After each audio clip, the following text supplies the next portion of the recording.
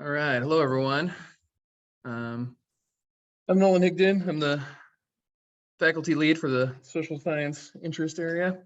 And we appreciate everyone patience while we were getting some of our tech figured out.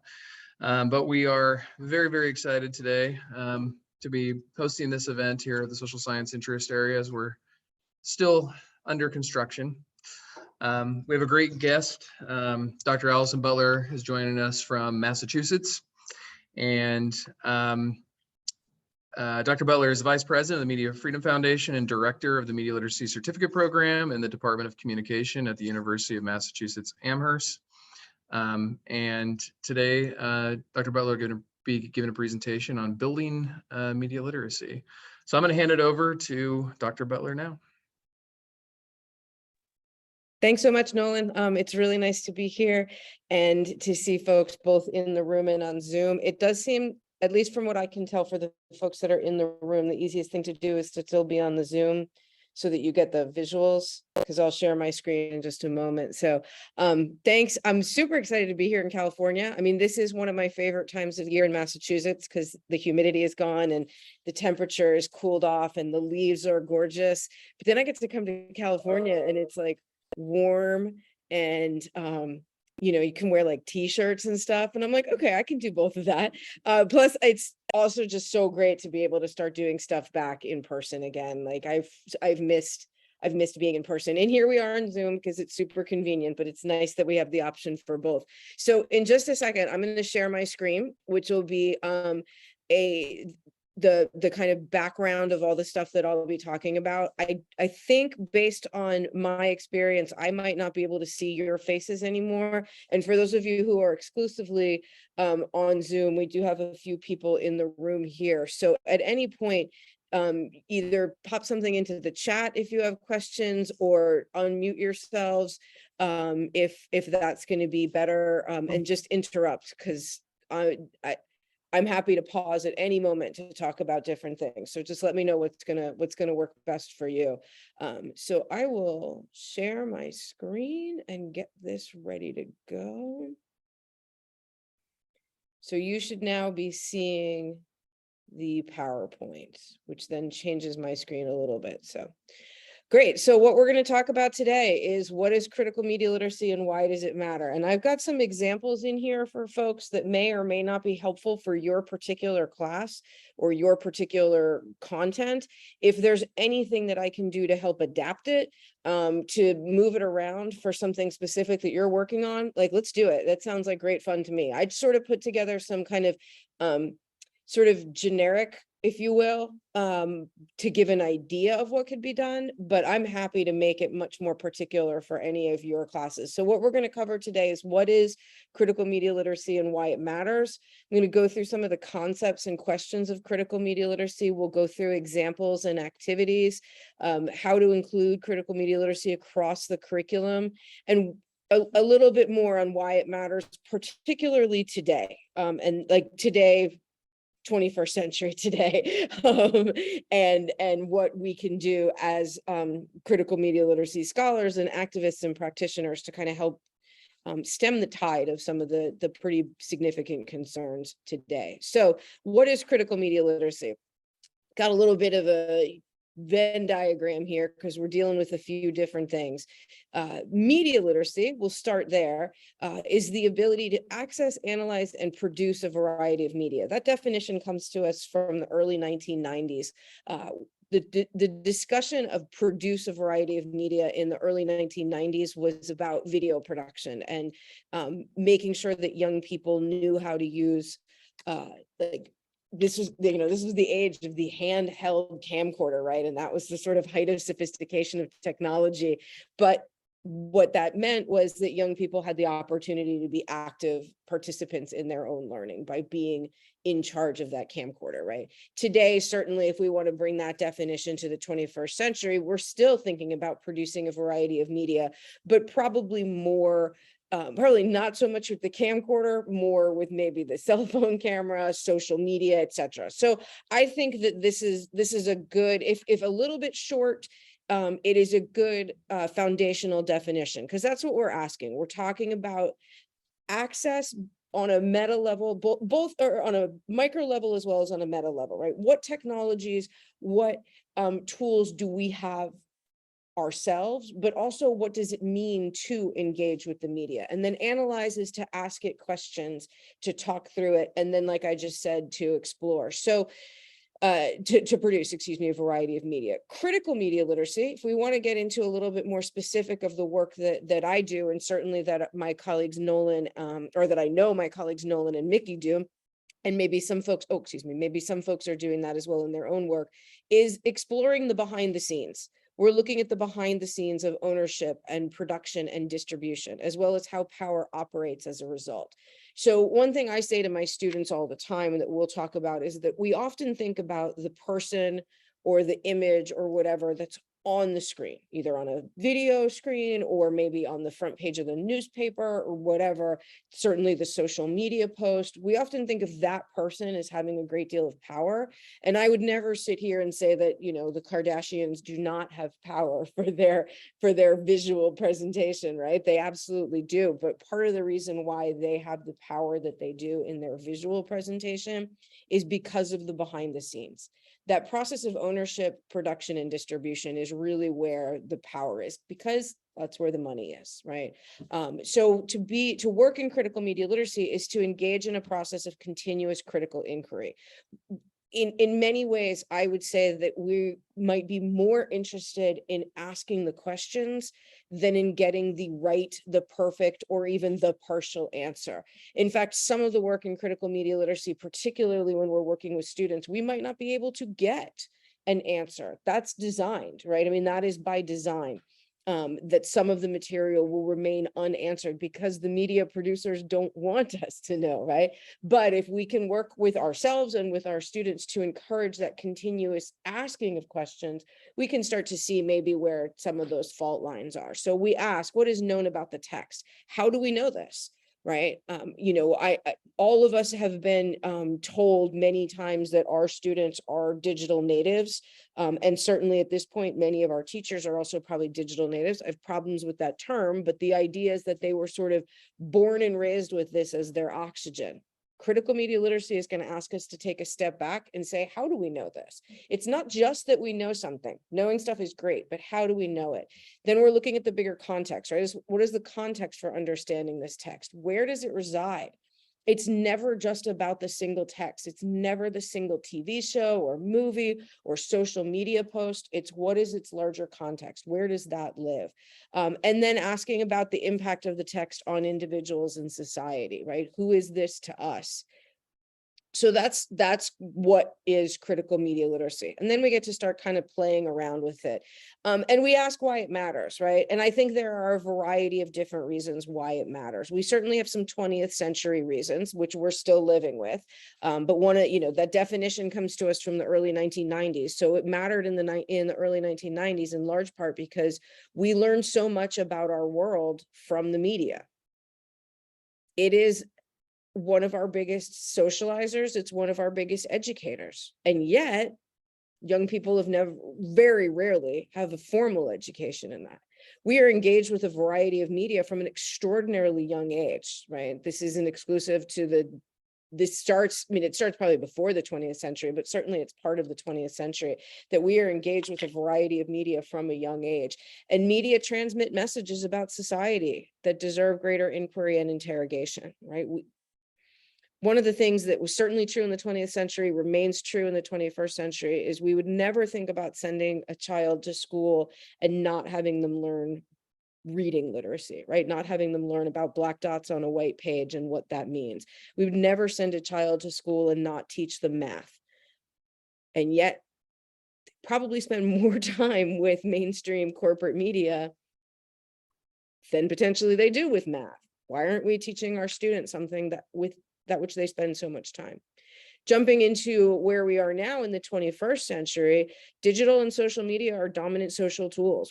They are everywhere. It is even beyond entertainment. We certainly couldn't have gotten through the pandemic without our digital or our social media, for good and for ill, right? For good and for ill. And so again, it's something that we spend so much time with. I think we deserve to learn about it.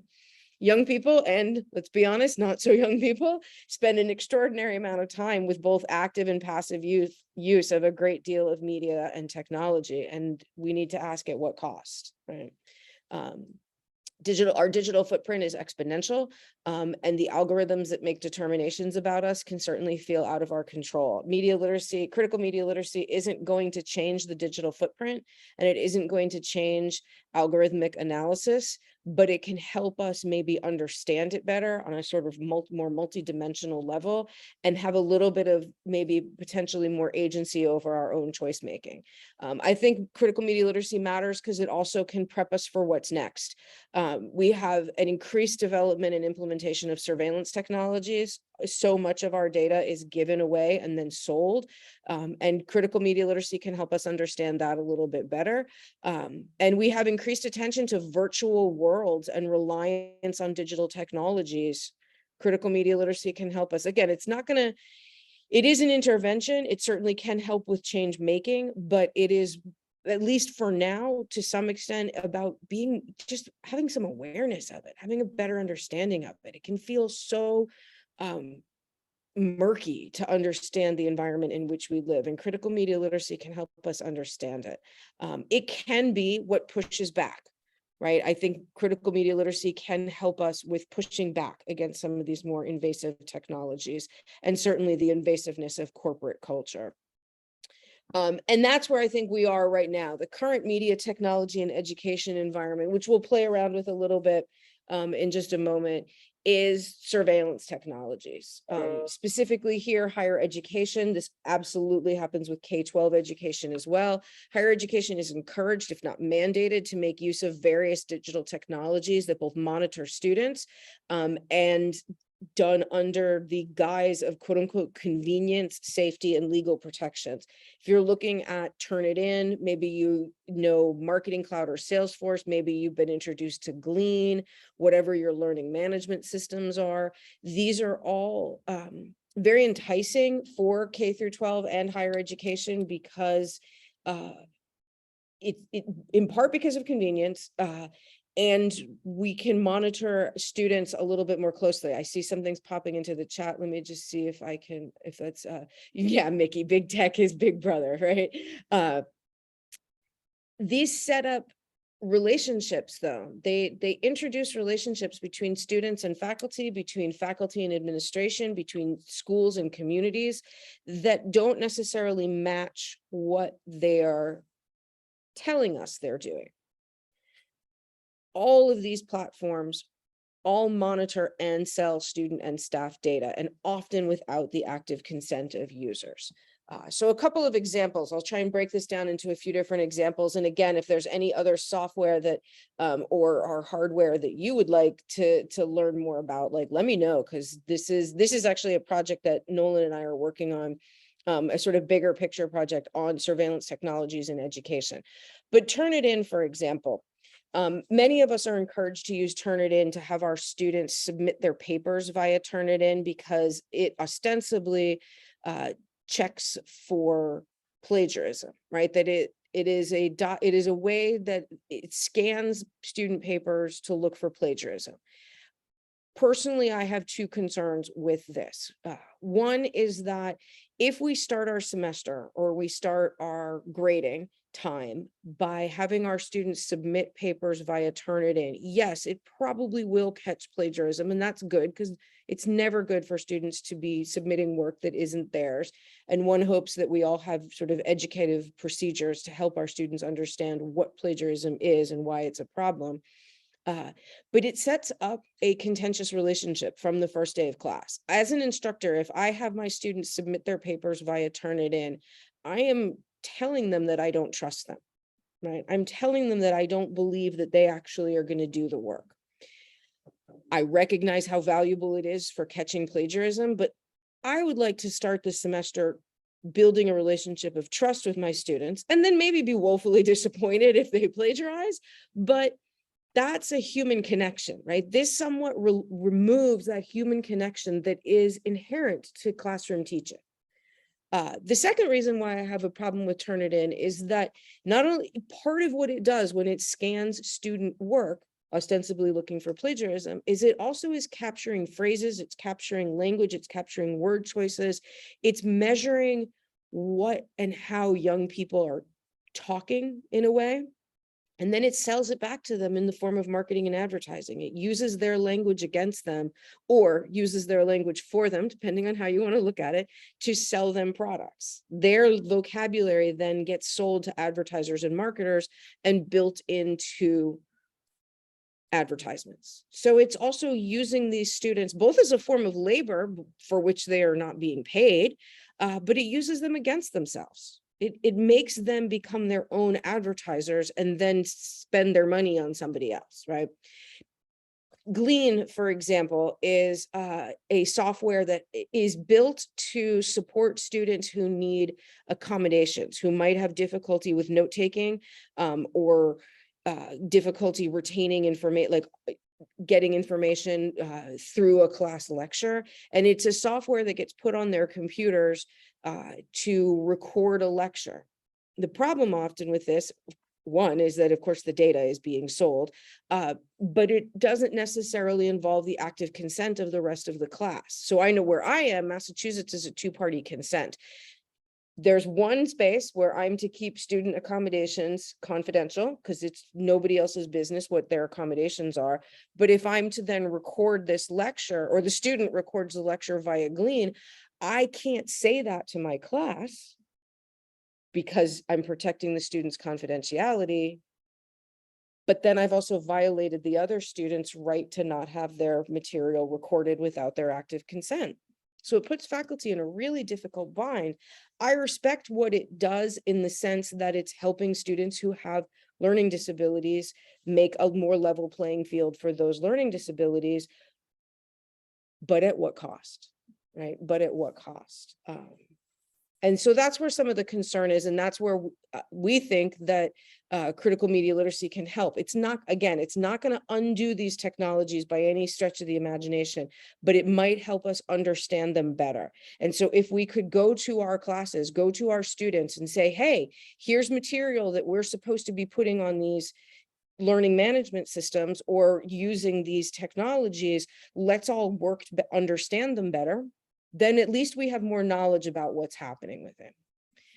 So concerns of surveillance technologies, this is basically what I just went over. It fosters a relationship grounded in mistrust. It continues to build young people's digital footprint without their express consent. It further stigmatizes struggling and at-risk youth, schools, and communities, all at a profit for the corporation. A lot of the research is showing that many of these surveillance technologies disproportionately harm young people of color, disproportionately harm those from struggling socioeconomic backgrounds, and their data is often breached, right? They will say that if almost always breached, right? They will say that it is about convenience, it's about safety, all that sort of stuff. Sure. But it comes at a big cost, which means that student data is often sold, it's often stolen, and it involves stuff that has nothing to do with class. Right? It involves stuff that has nothing to do with what happened in the curriculum. It sells their behavior. It sells their immigration status. It sells their supposed mental health status. I'm noticing a couple of things pop up in the chat. Let me grab that for a quick second.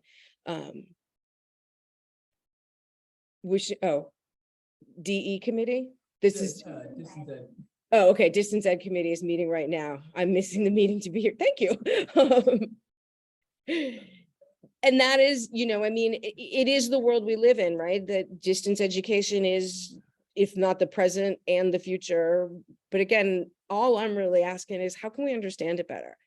How can we help it make a little bit more sense? Because inevitably these tools and technologies do, I think, feel both ubiquitous and impenetrable. But what can we do as teachers, as students, as administrators, as families to push back against this material? And also just to recognize that surveillance is the umbrella under which we are all educating and being educated right now. So I co-run an organization largely based out of Massachusetts, although certainly we go beyond Massachusetts, where we're working with these concepts and questions of critical media literacy. And this is a great way, I think, of just sort of breaking down that which can feel impenetrable and helping it feel a little bit more manageable. So all media are created, right? No media just comes to us from out of the blue, right? Everything is very carefully produced. So we begin by asking, how are these media put together and for what purpose, right? Why is something made? Certainly something might be made to entertain us, but it's also made to make money, right? 90% of the media that we engage in the United States is corporate media. They are private for-profit companies. They are designed to make money. That is their number one goal. If you and I happen to be entertained or informed along the way, great, but their number one goal is profit. So one answer consistently is for what purpose? Is for profit, right? That is what our media system is. We can absolutely have problems with that. We can say that that is bad. I would agree. I think we need a more robust media system, but let's not forget that that's what they're doing. And so what role do we play in that? And then how can taking apart media, both through analysis and through physical deconstruction, help make sense of the meaning? And I really do mean physical deconstruction. I do a project with my class every spring where I bring in usually women's fashion magazines, Elle, Vogue, Harper's, Cosmo, stuff like that. And I want them to get an understanding of what those magazines are about. And I want them to know that the 99.9% of those magazines are advertisements. It's not worth it for me to go up in front of the class and tell them that. Who cares, right? So I bring them in, they flip through, I put them in small groups, they flip through the magazines, they look at all the pictures. We have a really usually robust and great discussion about the representation, which is largely, white women, very thin white women. So it misses a lot of representations of women of color. The women of color that are in these magazines are usually light-skinned, so on and so forth. But then I have them tear them apart. I have them take out every advertisement in the magazine, and then I have them look at it again and take out anything else that seems to be an advertisement. And inevitably, by the time we're done, they're kind of holding up the spine of the magazine and they're like, this is all that's left. Everything else was branded. Everything else had a name or a place where you could purchase, or so on and so forth. And then they see through their active process so much more thoroughly than anything that I could lecture at them, right? So truly physically taking apart media, and it's fun, right? It's just like really fun to like tear stuff up, right? They have a good, even as they're getting frustrated, they have a really good time with it. Now, to some extent, this activity is kind of aging itself because the vast majority of them do not read print magazines.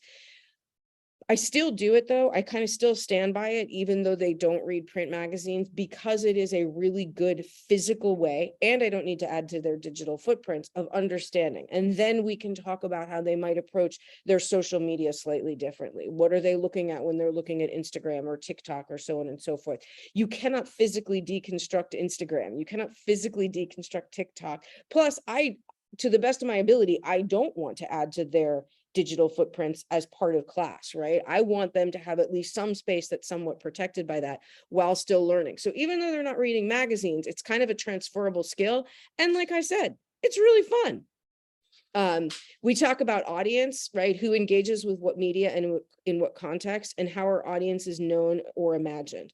Again, back in the day, if you bought a movie ticket, that was a sign that somebody went to a movie, right? There was a physical record. You could buy a movie ticket and leave, like, haha, got one over on them, except you already gave them their money, right? We are known differently. It's not just about buying a ticket these days. Again, so much of how we're known is through this digital environment, but really kind of turning that around and looking at ourselves.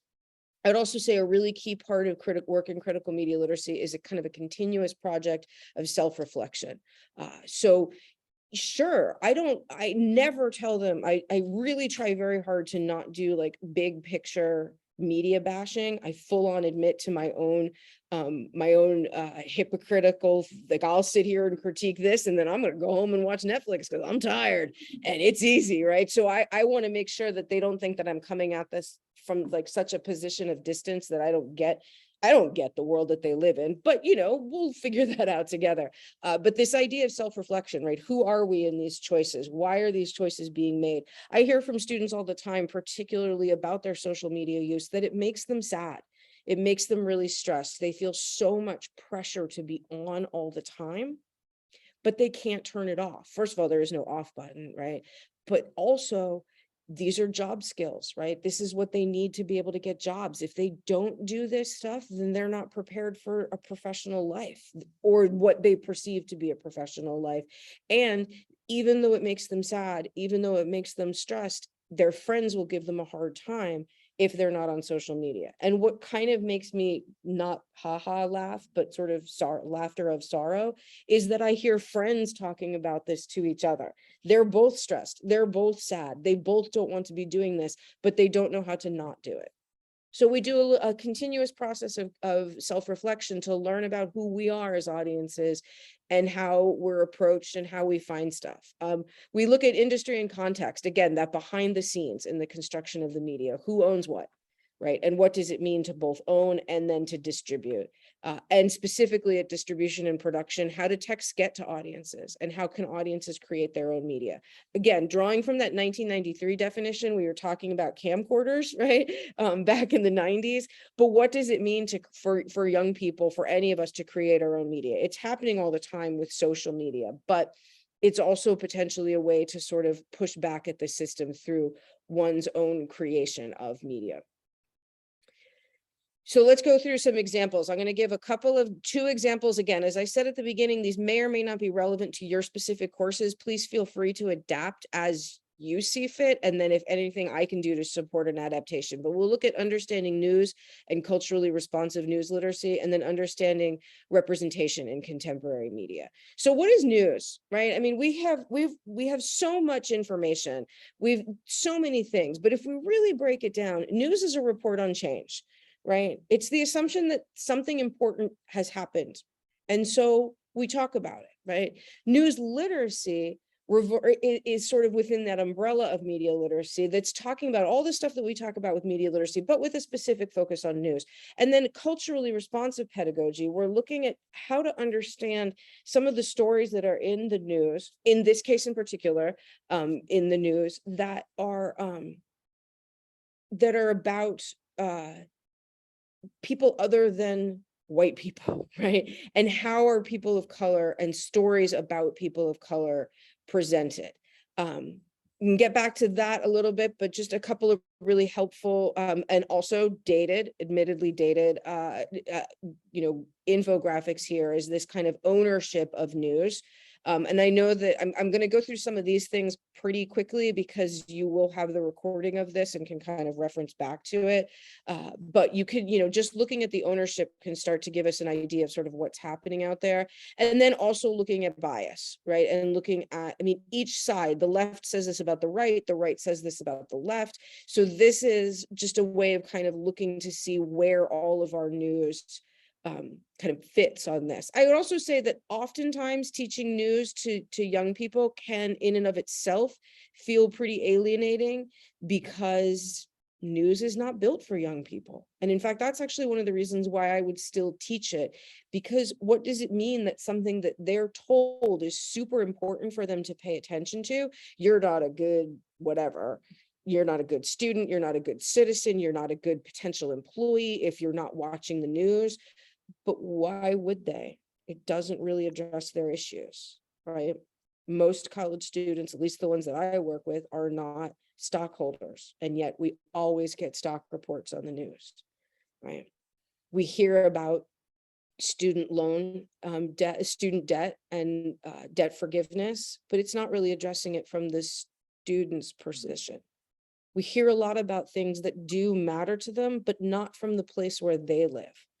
News is presented to us for the most part by adults who are reading lines off of a script.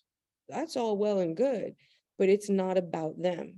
It's not from their position, right? So why wouldn't they, why should they pay attention to it? Again, as a human being, as a woman of a certain age, yeah, I think you should be paying attention to current events. Yeah, I think you should be spending time with multiple news sources. Yeah, I also don't have the time to do that myself every day, but I fit more of those stories, right? I have more of that connection. That's not theirs. Doesn't make them bad people, but it does mean that I do think it's important to pay attention to as a way of saying, what does it mean? How does it mean to be addressed or to be not addressed by something? So culturally responsive news literacy, we can look at it to understand better. And this does get us into some extent into fake news, although I'm trying to sort of more disguise the fake news conversation within this, how to understand representations of bodies of color. And I will say some of that is a very selfish motivation, right? I mean, I am sitting here as a well-educated white woman, right? But I work at a primarily white institution where we do absolutely have students of color, but they are minorities on our campus. And I want to try and figure out a way to counter that.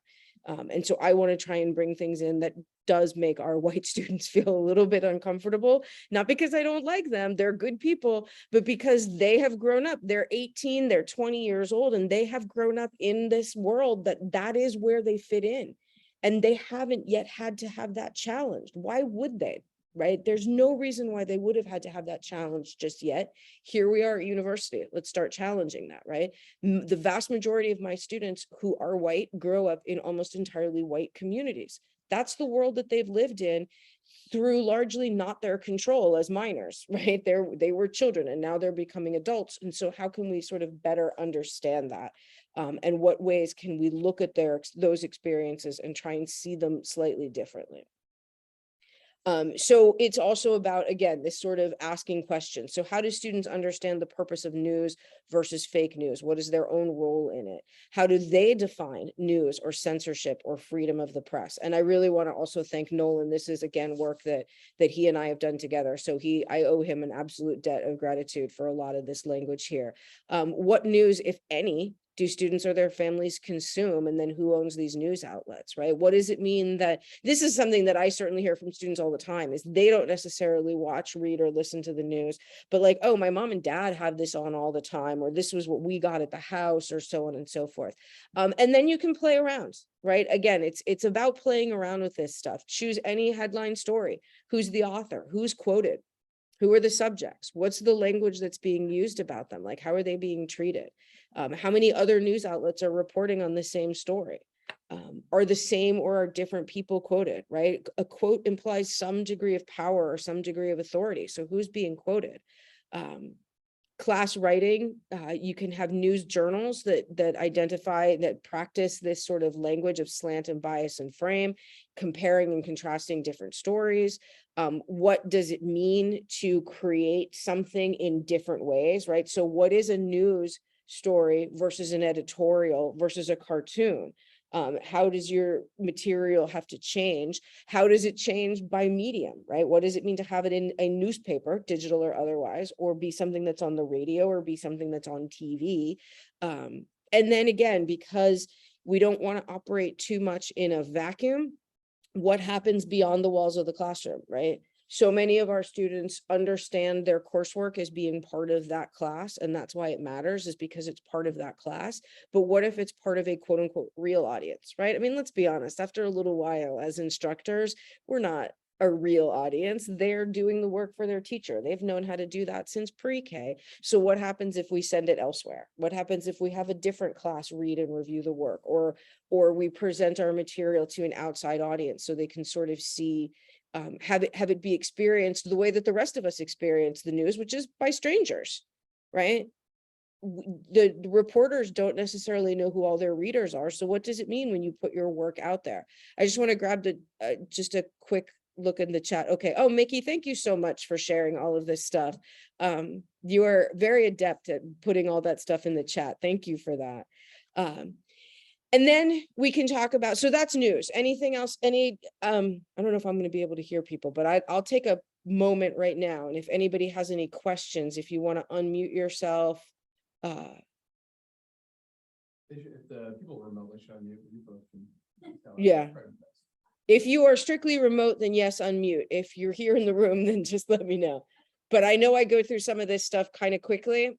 I generally speaking need to stay away from caffeine, but because I'm on a jet laggy type thing, I did caffeinate. So I might be more quick than I really even intend to without knowing it. So I'm happy to take any interruptions now, or we can certainly save them to the end, but just want to make sure I'm not glossing over stuff too quickly. I have one question. I wonder if you can speak to that might be interesting. I know you showed those charts on ownership. Yeah. Do you remember like ownership? Is this really talk about like ownership of like the digital platforms? Maybe how like digital platforms are also owned by like a handful of companies? Well, I certainly think one of the most important things to think about with some of those digital platforms is to make a sort of terrestrial example of them is that places like Facebook, they're not places, companies like Meta, like Amazon, they're the biggest landlords on the internet, right? So if we think about the internet as being this kind of wild, wild west, right, where it's like anybody can create a web page. I mean, that's, I guess, in theory could be true, but who's their landlord, right?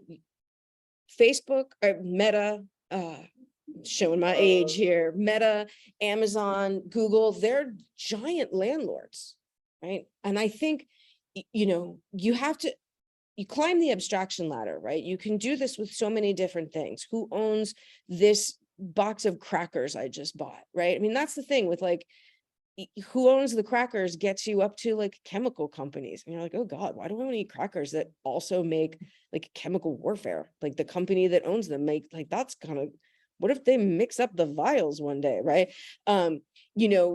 Who owns most of our broadcast media? But then also, yeah, I think looking at the ownership of digital technologies is incredibly important. It is also really difficult, right? I think it's difficult because maybe, again, this might be me showing my age, but in part because those digital platforms don't necessarily have a physical location. We're not picking up the box of crackers at the store when we go on to something that's owned by Google or Amazon or Meta. Like it's a lot harder to dig into. And so that's part of my recommendation, particularly with students, is to think about how we can ask those questions where they can start to get the information, but without forcing them to get all of the answers, which one are probably ever changing, and two could be intimidating, right? If it's too unwieldy, why would I even bother? And so kind of playing around with the interrogation part of it, the inquiry part of it, can maybe help us seem a little bit less unwieldy. Another activity, how can we use media about education to understand race, class, and technology? So I've been really interested lately in watching Abbott Elementary. I don't know if anybody here are viewers of Abbott Elementary.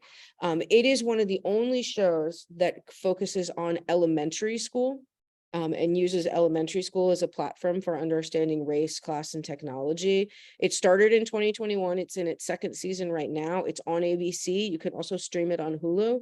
So if you're somebody who has like quote unquote regular television, whatever that means, you can watch it once a week. Or then if you have a Hulu subscription, it drops the episode after midnight. So you could watch it that way. It's one of these like workplace mockumentary comedies, but again, really interesting to me, focusing particularly on an underserved school in Philadelphia. It is absolutely done for comedy, and it begs us some questions, but again, looking sort of at the behind the scenes. So the picture of the young woman all the way to the right, that is Quinta Brunson. She is one of the creators of the show, a producer, and one of the stars of the show. But then we look at the rest of the producers and we have 3 white men, right? Okay, all well and good. But looking at this by bringing in their pictures, what does it mean that we have a show that is about underserved children of color in an elementary school created by 4 bodies or produced by 4 bodies, 3 of whom are white men, right? How is this story then being told? And then at the bottom, I just have pictures of the cast. And so we see that it is a cast of color. So we've got a real, in many ways, diverse representation of teachers and of students. The vast majority of the students in the show are not named characters. The students actually do kind of disappear into the background. What does it mean that the adults are named and that the students aren't named? Every once in a while you get a student who's named, but it something to think about with that as well. What do we usually understand about school, right? What role, how is schooling usually represented in the media? So we have kind of two of the most well-known, although not necessarily for good reasons, films about education, Dangerous Minds and Freedom Writers. And we have this narrative of the white teacher as the savior of at-risk students of color. And that one thing operates as, in addition to the teacher, right? That's one body, can save the students from all ills, but one thing helps them as well. In Dangerous Minds, it's poetry, right? Poetry saves all of these students. It pulls them out of the ghetto, as it were. And in Freedom Writers, it's about journaling, right? It's about sort of telling one's own story. And so we have one thing and one body that solves all problems. I'm not saying that writing isn't important. And I can imagine that journaling and poetry, as somebody who's not a poet or not somebody who keeps a journal, that can be really valuable for one's own understanding of self.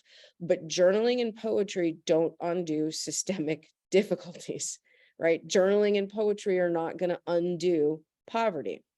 When we talk about wealthy students go to these palatial campuses and or rarely go to class. So we've got a couple of images down there at the bottom of the screen. That's the one farthest to the left is the high school, which wasn't, but that was the high school for Beverly Hills 90210, which was actually filmed at a college campus in Southern California. But that was the image of what their high school looked like. The middle one is the high school for the students at from the OC. And then on the right, I couldn't even find a classroom for Gossip Girl, but that is Gossip Girl. Those students apparently go to a very elite Upper East Side private school, but you'd be hard pressed to find them going to class. So what does it mean that wealthy white students first, they have these beautiful campuses and they very rarely need to go to class, right? Then the story, of course, the rumor, of course, is that Gossip Girl's school was based on an actual Upper East Side high school. I don't know if they went to class. And so we can look at media representations, particularly in comedy, although not exclusively, and ask the question of whether or not they're changing, right? What does it mean that in 2021, we have a show that is about poor students of color that doesn't pathologize them? Hey, maybe some things are changing, right? And so I've got some images here: Kim's Convenience, Superstore, Reservation Dogs, and Schitt's Creek. And given the fact that we know how it's spelled, I'm not cursing on a college presentation, right? One answer is yes, these representations are changing. When you look at Kim's Convenience, which ran from 2016 to 21, you have a workplace/family comedy about a Korean immigrant family running a convenience store in Toronto. You had a majority minority cast, and it normalized immigrant and work experiences, right? The convenience store itself was never the background character. It was never the place that separated it. It was the kind of home base. You look at Superstore, which ran from 2015 to 2021, a workplace comedy about employees at a big box store. It absolutely mocked the big box store. It's a multiracial cast. There are queer and disabled representation, none of which are ever pathologized or made to question like their existence. They weren't sidekicks. They weren't support material. They weren't killed off. It covered topics consistently throughout the series, such as labor disputes, paid leave, unionization. It was a show that took place during the COVID pandemic and addressed the COVID pandemic. There were plot lines about PPE and mask wearing and what labor meant at that time. You look at Reservation Dogs, which is, yeah, Emily, Abbott did have a great Freedom Writers joke in one of the last few episodes, 100%. Reservation Dogs, it's just finished its second season. It's a youth family dramedy about Indigenous teens. The first season is them mourning the loss of their friend. Well, both seasons. The entire cast, the entire production crew, all of the music, all the artifacts are made by Indigenous people. So all of the native cast, all of the native characters are played by native actors. All of the producers, all of the writers, their clothing is often native made clothing. And there's one episode where one of the young men is he's kind of having a moment. He's sort of like struggling with some responsibilities, and he's sitting in a porta potty and there's graffiti in the background. And I looked up the graffiti and it's Native American artists, like 100%. The only white people in that show are white people, right? They're not trying to dress up white people as indigenous bodies. And then Schitt's Creek, it's, you know, family comedy about a loss of fortune and a discovery of humanity. It approached questions of sexuality without it having to be catastrophic, right? Two of the characters meet, fall in love, get married, all that kind of stuff, and nobody ever questions their sexuality. It never has to be there never had to be a storyline that was like, here's what we're all going to learn from this. They were just bodies that were there, right? So it's sort of, but then also, are they changing? Are they changing, right? Kim's Convenience is, yes, a majority minority cast, but not all of the Korean characters are played by Korean actors. There were a lack of Korean writers in the plot and story development. And in fact, at least that's how the story goes, is that one of the reasons why they stopped, why they had a series finale of that, is the Korean writers were angry about their own lack of representation. Superstore, while the show depicts a main character in a wheelchair, the actor who played that character is himself able-bodied. Is there a legit reason why they couldn't get an actor who was also in a wheelchair? I would also say one thing with Superstore, and if you watch the whole series, you see this grow and grow, and by the time it's like the second or third season, it's like so impossible not to see it. It is a workplace comedy. They are there at work, which means every single thing is branded. There is no not brands. I looked up everything. I would pause and look up. Some brands I did recognize, like an early brand was LaCroix, like sparkling water. But then I was like, God, is this really everything? And I looked up everything, and they were all, it's a walking advertisement without actually having to have commercials, right? And I will say this, I watched that show on, I didn't watch it when it was on regular TV in its first run. I only watched it when it was streaming. So I don't know what the actual commercial breaks were, but it wouldn't surprise me if they were for those products, because that's how it works. So what does it mean that we're watching something that absolutely addresses labor disputes, that really talks deeply about immigration issues, but all of that is instantly connected to a brand, right? Schitt's Creek, though suffering a devastating financial loss, well, that's played for comedy, right? They don't actually suffer true economic ruin. Like, they own a town. They own a town, right? And then living in a rundown motel, living in a sort of pay-as-you-go motel is funny. I mean, I don't know if it's funny, but it's presented as funny. Like, it's kind of their poverty is humorous, right? So we're using, you know, poverty as a sort of source of humor. So those are a couple different ways to play around with representation. And I think also to show, again, because I'm really committed to not media bashing, I will share my own bias here. I don't think there's anything at all whatsoever, ever at all possible to critique about Reservation Dogs. It's just perfect and flawless and awesome. You'll notice there was no critique of that. Wonder what that's about, right? It's not media bashing, right? Kim's Convenience was hilariously funny. Superstore, super funny. I know not everybody really likes the comedy in Schitt's Creek. I thought it was really funny, but it can't just be that. Right? It can't just be one thing. So it's really about introducing the complexities of our representations, and that's something that is presented as simple, right? A sitcom is usually understood to be simple. In and of itself is also a really rich text, and there's so much, and it's never good and then we're done. It's never bad and then we're done. There's a lot more mixed up with that. Right. And that's what critical media literacy is. It's not media bashing. It's so hard to analyze what we live inside of. So critical media literacy is asking us to take a few steps away, to just back up a little bit and look at that text, look at that series, look at that individual episode, look at that scene, whatever, as a thing, as a multidimensional thing that we're now trying to remove ourselves, that we're trying to make the familiar unfamiliar, and to understand it as its own thing that deserves a lot of questions, right? And can still be enjoyed, both. right? Yes, and as it were. So again, to sort of reemphasize why critical media literacy matters. It matters for teachers because this is the world you and I teach in. But do you feel confident in your own media knowledge? Right? I've been doing this for a while, and there's definitely stuff where I'm still like, nope, I got to back up. I got some things I got to figure out about this, particularly social media. I really rely on my students to learn about things like TikTok from them because it's not my world and it's not supposed to be my world. I'm not TikTok's target audience by any stretch of the imagination, but it's important to learn about, right? So what is our own confidence? What is our own confidence in our media knowledge? It's important for students because this is the world they live in, and yet they have very little formal knowledge of it.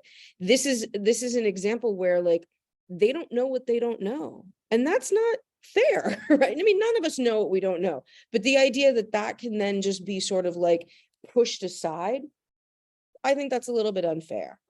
Also, though, this is the professional world they will enter, but do they know how to operate in it? Right? Do they know how to work within it? We did on my campus the other day, we had a guest digitally came in to do like to teach our students how to use a certain type of technology, a kind of a like a database building technology. And some of the students were really struggling with it in part because the technology was being a little wonky, and that was really uncool for their own experience of it, right? Except I guess there's a value in that because technology can often be wonky. But a few of them weren't paying, because I was sort of standing in the back and watching it, right? And they weren't totally paying attention. And then they got behind and they got lost and then they got flustered and they didn't quite know how to ask questions to sort of get themselves caught up. Well, there's a professional development experience right there. What does it mean if you don't understand the technology that your job is using or that your internship is using? How do you learn about that? How do you ask questions about that? So critical media literacy matters because this is the world that they're moving into or already are into if they're both working and going to school, right? And I think critical media literacy matters for classrooms because classrooms are the space where change can be made.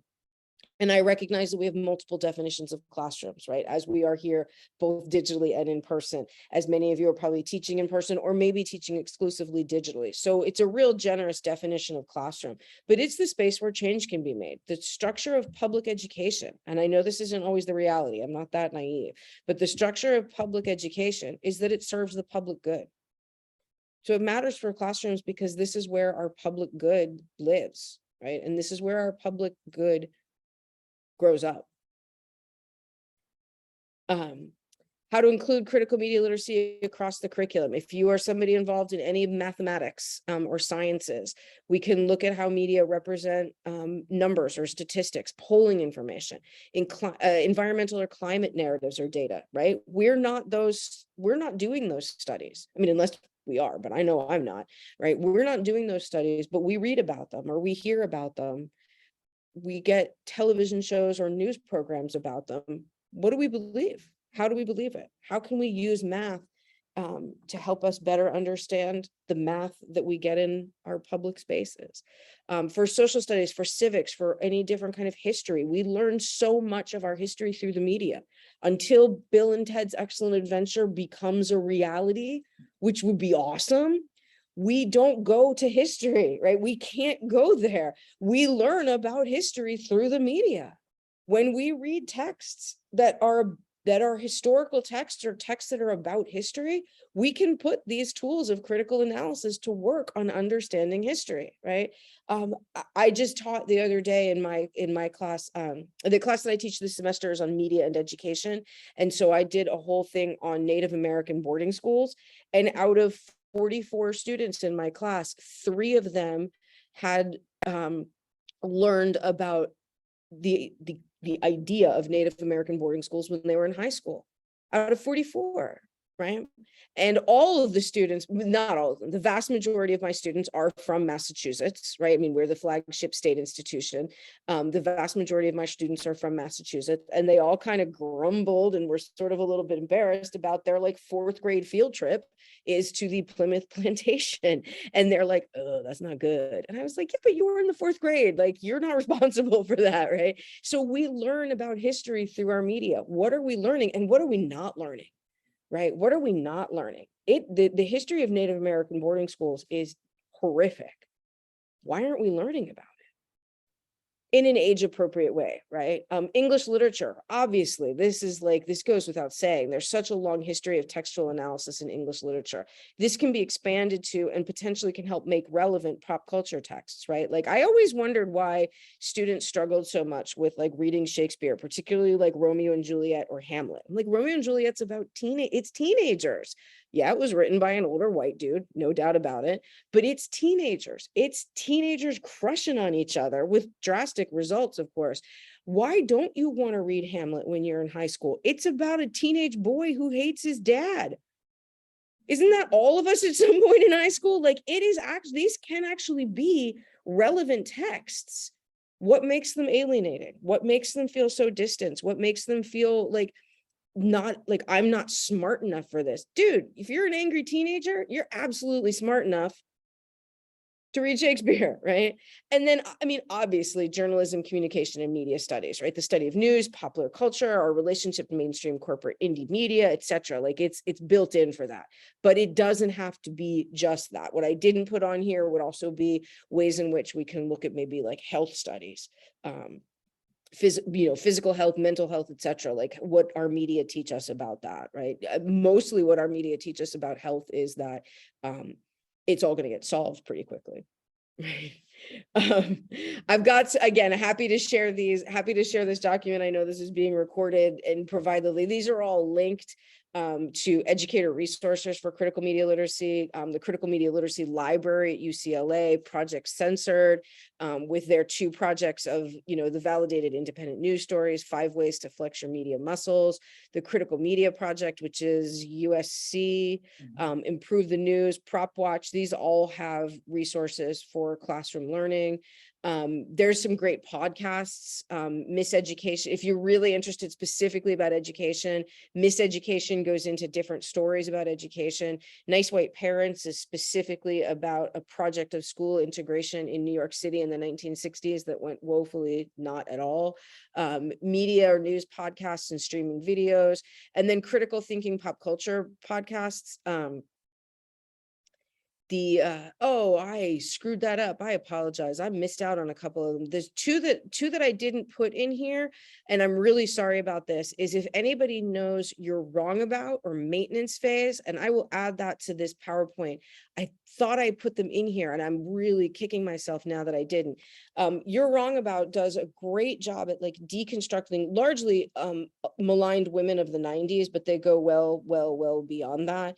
And then Maintenance Phase is deconstructing health and supposed health and wellness.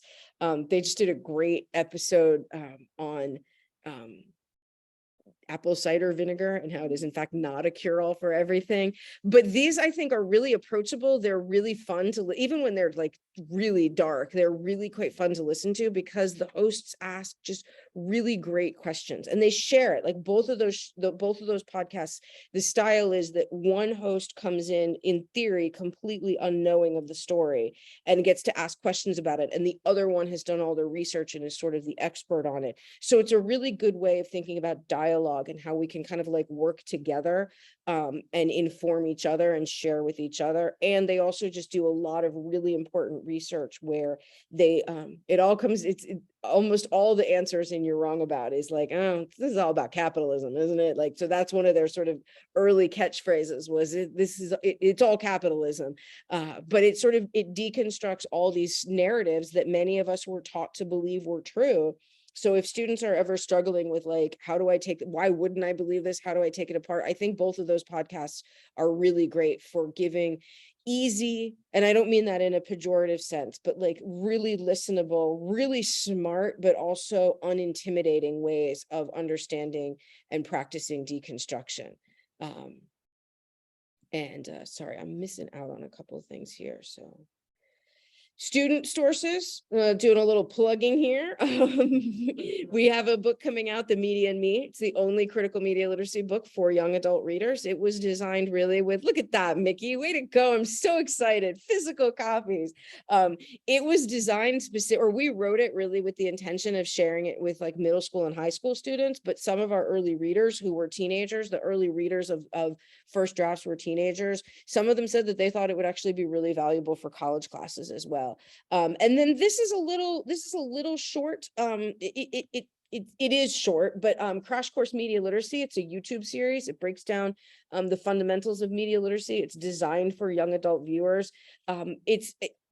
It doesn't go super in depth, but that's okay. Again, it's sort of like a way of understanding. And there, I'm going to stop sharing now so that I can also see your faces and see all of these things. And then, oh, this is the wrong time because my computer is still on New York time. I was like, what? How did it get to be 6 o'clock? 3 o'clock. Okay. Sorry, got a little overwhelmed and didn't do the math right there. I'd love to take any questions or discussion or anything else that I might be able to offer up now, because it is in fact not 6 o'clock. Mickey Huff. Allison, fantastic presentation. Oh, wait, hold on a second, Mickey. Why doesn't, sorry, Mickey, I just had to, okay, that was my bad. I missed what you said. That's okay. Can you hear me now? I can. Okay. Thanks so much for an excellent presentation. It's great to have you at DVC sharing this important information. Definitely want to be sure that the library and InfoLit people are aware of the presentation, as well as all the DE people. Thanks to Emily for being here representing. That's excellent. My question is, so media literacy is kind of on the radar of more and more people and institutions these days. In fact, next week is technically officially Media Literacy Week.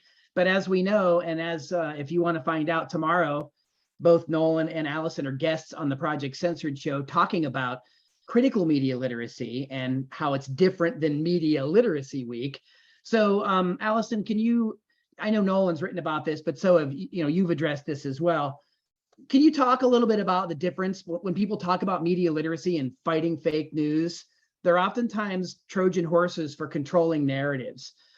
Corporate sponsored groups like NewsGuard are actually just major establishment propaganda organizations and arms of the military industrial complex. NATO is now actually getting involved in media literacy education. Can you talk about, this is becoming an increasingly contested area academically, and it's important for people to understand what's different about critical media literacy. Yeah, I mean, I'm going to turn off the thought. Okay. That's good though. Everybody can still hear me, right? Okay. I'm hoping to prevent feedback by doing that. So, I mean, I think there's a couple of things, there's 1,000 things, of course, that are going on, but there's a couple of particular things that are going on. Certainly after the 2016 election, the idea of media literacy became more publicly well known, specifically connected to fake news.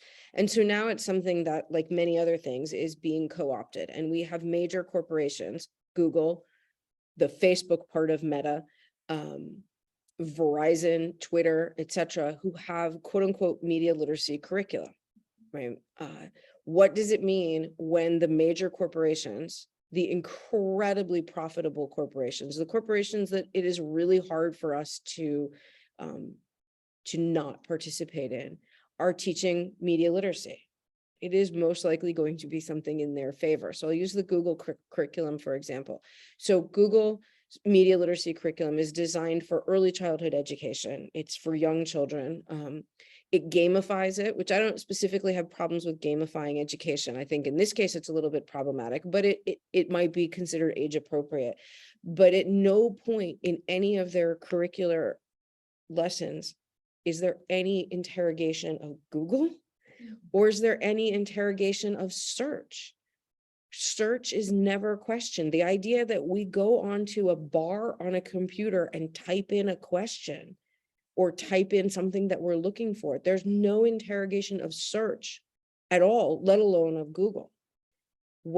That's incomplete.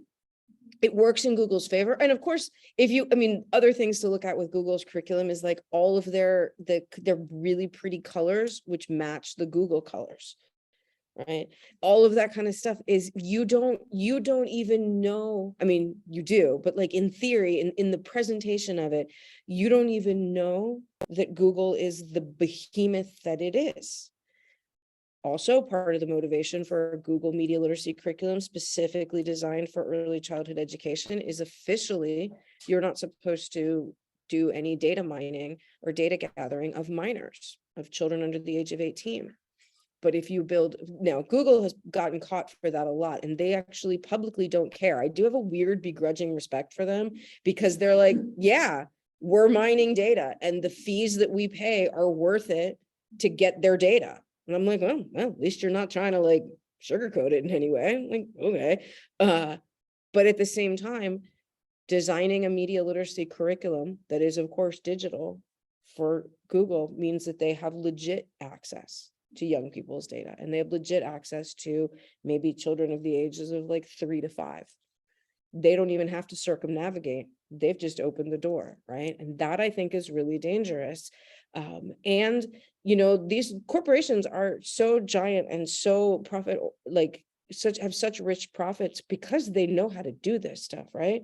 And so another way that they do this is by aligning with something like a concern for media literacy and and funding it.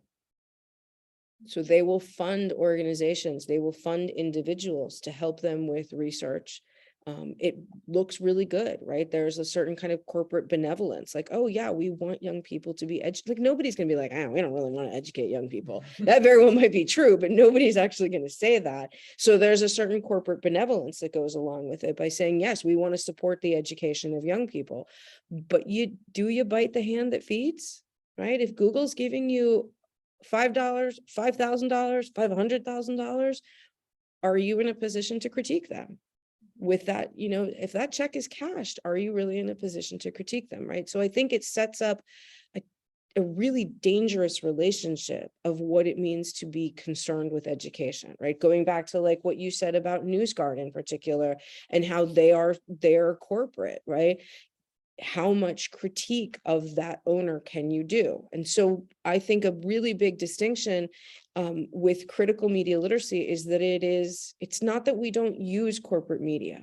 It's that we're not taking money from corporate media, right? Here we are on Zoom. And if we want people to know about our work, then we have to use some sort of public platform that is probably owned by a corporation. It is hard to not engage in some sort of Google platform these days because it is so ubiquitous. But we're not taking money from these corporations. We're not taking $5 or $5,000 or $500,000.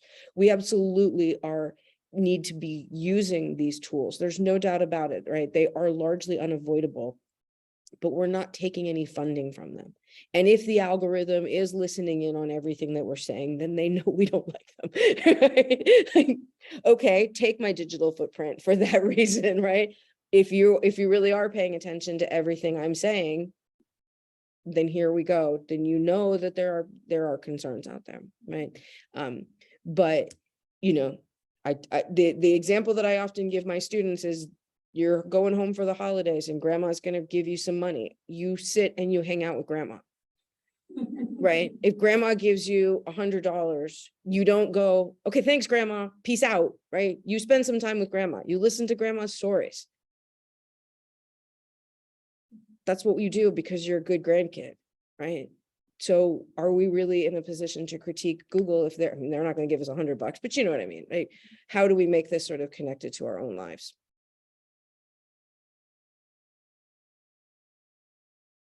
Ask a follow-up question. Sorry, I don't know where the mute is on this. I think we're okay. But I'm curious too, when you're thinking of that, like, what about when these corporations are kind of putting another step with their money with things like nonprofits that they're funding? I'm thinking of this because one of the examples you brought up was Freedom Riders. And I used to work at a nonprofit that was funded heavily by a billionaire who was part of the tech company I won't name. And it was an education nonprofit. And he really liked the person from that Freedom Riders is based off of. And he's like, well, you should put this person in your fellowship. And they're like, and so it's again, because we see a lot of billionaires just thinking about the education who have been shaping our education industry, like, hey, I'm a billionaire and I really like charter schools. So, which is like a huge issue, right? And like, but we don't always necessarily see them connected to it because they're like, oh, well, I'm supporting a nonprofit that happens to support. So sorry, this is like going on a tangent, but I am just wondering wondering, because you're talking about like the corporate funding, and like, do you see that as well with like, oh, well, it came from the Walton Family Foundation, so it came from a philanthropy, so it's not like, you know, these people are directly funding us, but everybody has their foundation arms. And we're like, oh, but they're trying to do good. Mhm. And so I'm just like wondering, sort of like, less of a question, but just like. I love it. That and how you see that come up as well. Yeah, absolutely. I mean, I think, so yeah, there's a couple different thoughts I have from that. Is if you are a giant corporation and you subtly, quietly, or not so subtly fund a nonprofit, then you get to make the decisions. You also get to look good, right? Even if you're just like totally hands off, you get to look good, and your money gets to make money in a different way. And so if you look at something like the Walton Family Foundation, when we think about them positively as like, oh my gosh, they give so much money to education, there's another thing to think about that, but it can certainly invite us to forget about some of the bad, right? The Sackler family, I think, is a good example. The Sackler family did horrific things when it came to pharmaceuticals, right? Horrific things when it came to, lying about pharmaceuticals, made money hand over fist. But they also had such a great respect for art and rescued so much art and protected beautiful works of art.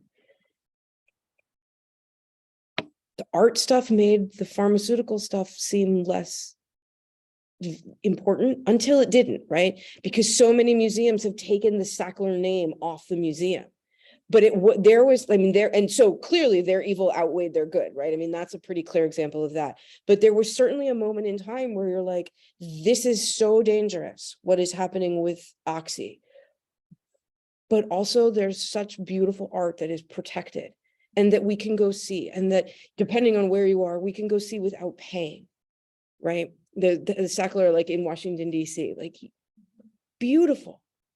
So there's that contention. Right. I think a contention specifically with education. And again, this is a place where I totally admit to my students how absolutely hypocritical I am. Reed Hastings, the CEO of Netflix, absolutely is opposed to public education. He thinks all public schooling should be eradicated and replaced with charter schools. Part of the reason why he thinks that, to my knowledge, Reed Hastings doesn't ever have lunch with me. So to my analysis, part of the reason why is because public schools, for all of their problems, have union protection, and they have hiring standards with certifications, and charter schools don't have union protection, and they don't necessarily have to have certified teachers, which means you can pay them a lot less, and their jobs can potentially be thought of as always at risk. He's not super interested in that, particularly because he's not interested in being a part of education, but labor begets labor and union begets union. So if you take down the public schools, you therefore take down the union, which means you have less of a union threat for your own business. They go outside of their own lane, right? They go outside of their own lane to protect their lane. I don't think Reed Hastings is all that interested in pedagogy. I think he's interested in what he wants to protect. And public schooling can be seen as a threat to that, right? Now, I was educated by public schools. I teach in a public institution. I also have a Netflix membership or subscription or whatever. And I watch Netflix and I enjoy a lot of it. In some ways, I am contributing to potentially my own demise, as it were, by giving my $20 a month or whatever it is to Netflix, right? We get wrapped up in this. I would be a hypocrite to argue otherwise because I do watch Netflix, right?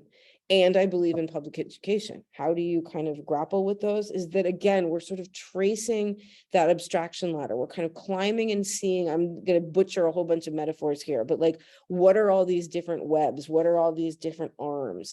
And yes, let's go back to the fact that it is capitalism, right? I mean, that is the economic system in which we live, that the number one goal is profit. And, capitalism doesn't have feelings. Capitalism doesn't feel bad for us or feel good for us. It simply exists as a system that is grounded in profit. So in some ways, some of these corporations, to look at it that way, they're not actually doing anything wrong. Do I think they're totally immoral? Sure.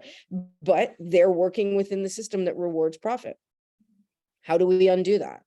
How do we disentangle that? And then how do we climb that ladder a little bit and look at it from a different perspective? And I think, you know, to your example specifically, about freedom riders is also, let's look at the waves of it. You know, folks tend to want to pay attention when something really bad happens or something really good happens.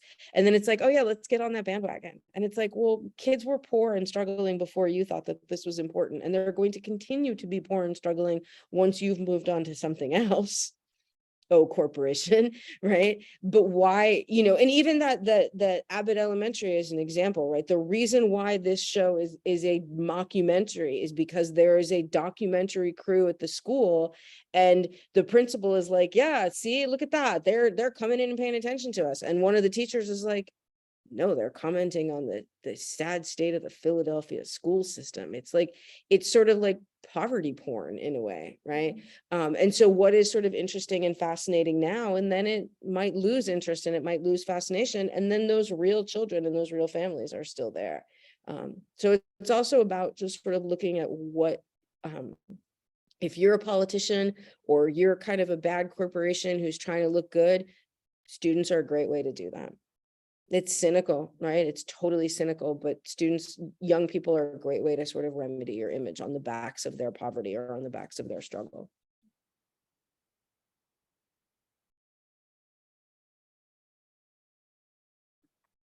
Any other questions or anything else I can address? For those of you that are here in Diablo Valley College, Nolan and Mickey have all my contact information. I'm happy to work further. I know I threw a lot of information your way. As it starts to filter, as it starts to sort of get solidified in your brain. Oh, sorry, yeah. Can you share the PowerPoint? I'm happy to share the PowerPoint. I can create some sort of shared folder, or if you can put it into your shared folders, or whatever is going to be easiest, 100%. We post the video. I'll share the PowerPoint with it then. You send it to me. Yeah, absolutely. However is going to be easiest to share it. I'm happy to do that.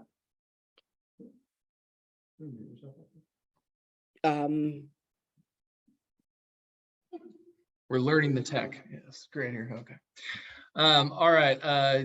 Thank you very much, Dr. Allison Butler. Everybody who's here or digitally, give her a round of applause. All right. Thanks, Allison. And thank you very much. And yeah, we'll make this video available and the PowerPoint slideshow available. Thank you everybody for showing up, and have a really good weekend. Thank you all so much. It's so fun to be here. Safe travels home.